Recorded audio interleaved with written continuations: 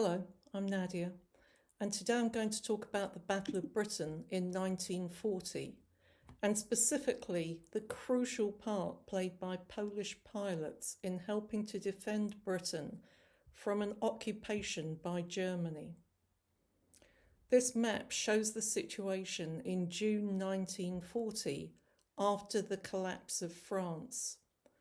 The defence of the country had been shambolic, and within weeks the French government capitulated to Hitler. And this was a catastrophic situation for Britain because it was now in an extremely vulnerable position with much of Western Europe under Nazi occupational influence, which meant that its southern and entire eastern coastline was vulnerable to an attack by air or sea.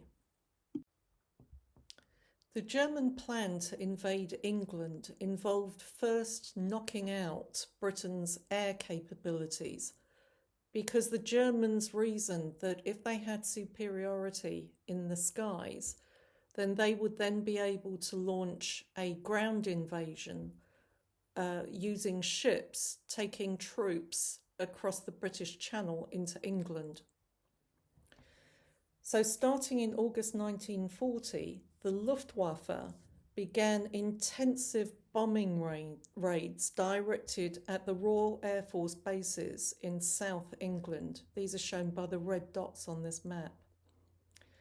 The range of the Luftwaffe bombers was restricted to within these blue lines on the map because of the need for the bombers to return back to their bases in northern France, shown by the blue crosses, in order to refuel before they could then return to England on another bombing sortie. On a given day in August, the number of sorties launched by the Luftwaffe reached as many as 1,500 within a 10-hour period.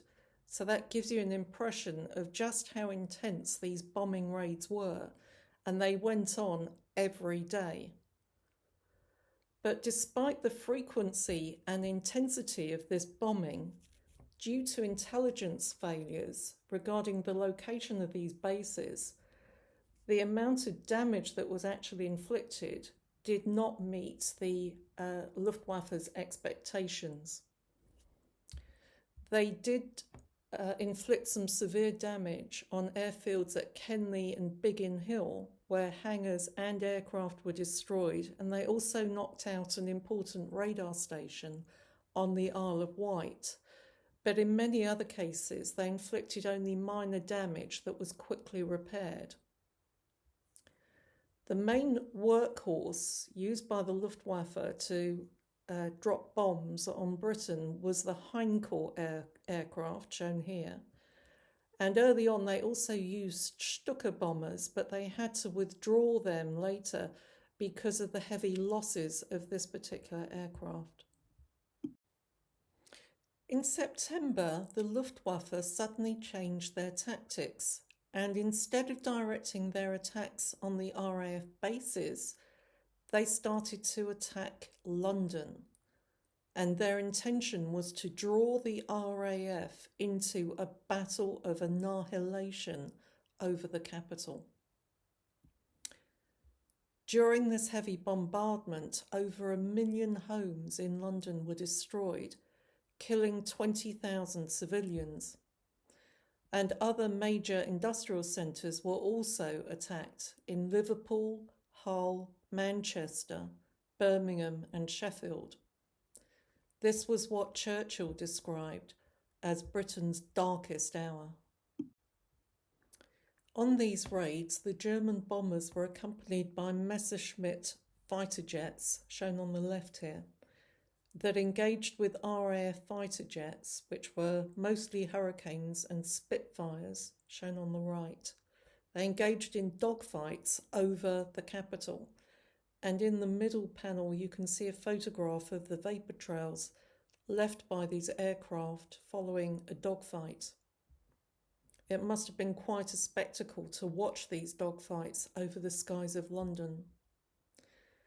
By the end of the battle, on the 31st of October, about 1,000 RAF planes had been shot down and 544 fighter pilots had been killed. This was very significant. About a quarter of all of the British pilots were dead. The Luftwaffe suffered even heavier losses. They lost about 1,800 aircraft and 2,500 crew. During August, the British had lost so many fighter pilots that the situation had become desperate. They needed help from other nationals, and key among these were over 8,000 Polish airmen who at that time were based in Britain. Contrary to German propaganda, the Polish Air Force had not been destroyed on the ground on the first day of the invasion of Poland. On the contrary, the Poles had destroyed 126 German aircraft plus 10 probables and 14 damaged during the invasion of Poland. And in return, they had lost only 36 of their own aircraft.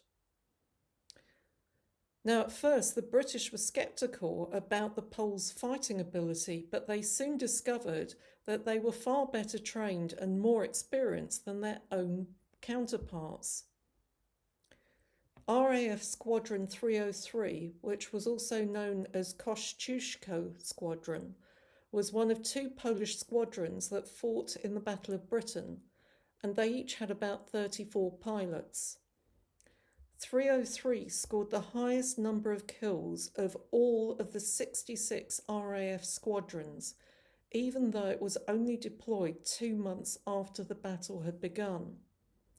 They shot down 126 German planes, plus another 13 probables and 9 damaged. The photo on the right shows their score chalked on the fuselage of a Hurricane fighter jet. One of their most extraordinary feats was shooting down 14 enemy planes in a single sortie over London without a single loss on their side. 9 of their pilots were aces, having shot down at least 5 enemy aircraft, and one of their pilots had the highest personal score of any RAF pilot, 17 enemy planes shot down. So why were these Polish pilots so much better than their British counterparts? Well, many of the British pilots had only had a couple of months of training in response to the growing crisis that was enveloping Europe. And in contrast, the Polish pilots were a highly trained and elite force.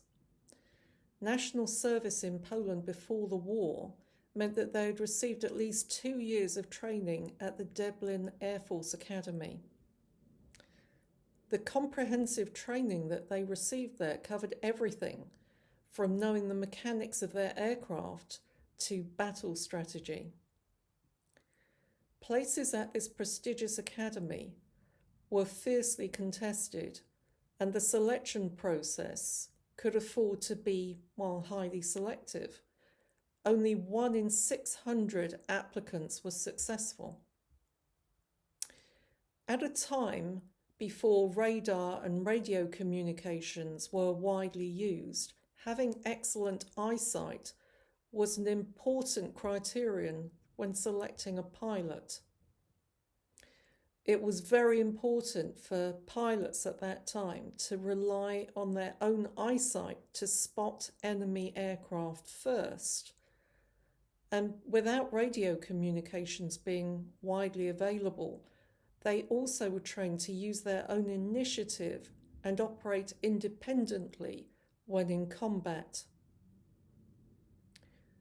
Another factor is that in 1939, the Polish fighter planes, like the one shown in this photo, had quite limited firepower compared to the Luftwaffe planes, and so they had to fly close to the enemy before firing. So using these same tactics that they had learned in combat in September 1939 is how the Polish pilots achieved such success when they flew the modern Hurricane and Spitfires in the Battle of Britain. The daredevil deeds of the Polish pilots earned them celebrity status in Britain. They were pursued by women and given free drinks and meals in bars and restaurants. It was widely recognised in Britain that the Luftwaffe would not have been defeated without the Polish airmen.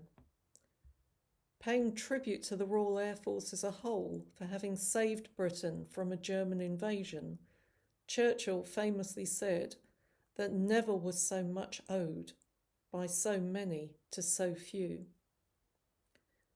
29 Polish airmen died in combat during the Battle of Britain, including their highest scoring ace. The Polish Air Force went on to make significant contributions to the liberation of Europe right up until the end of the war, and in all, nearly 2,000 Polish pilots died in combat. A monument is dedicated to them at RAF Norfolk. Despite the vital role played by the Polish pilots in defending Britain from invasion, at the end of the war, their British ally betrayed them and sold Poland out to Stalin. Poles weren't even invited to join the 1945 Allied Victory Parade in London. I'll explain how things went so horribly wrong for Poland in my other videos. I hope you enjoyed this video. Please give me a like and subscribe to my channel. Thank you for watching.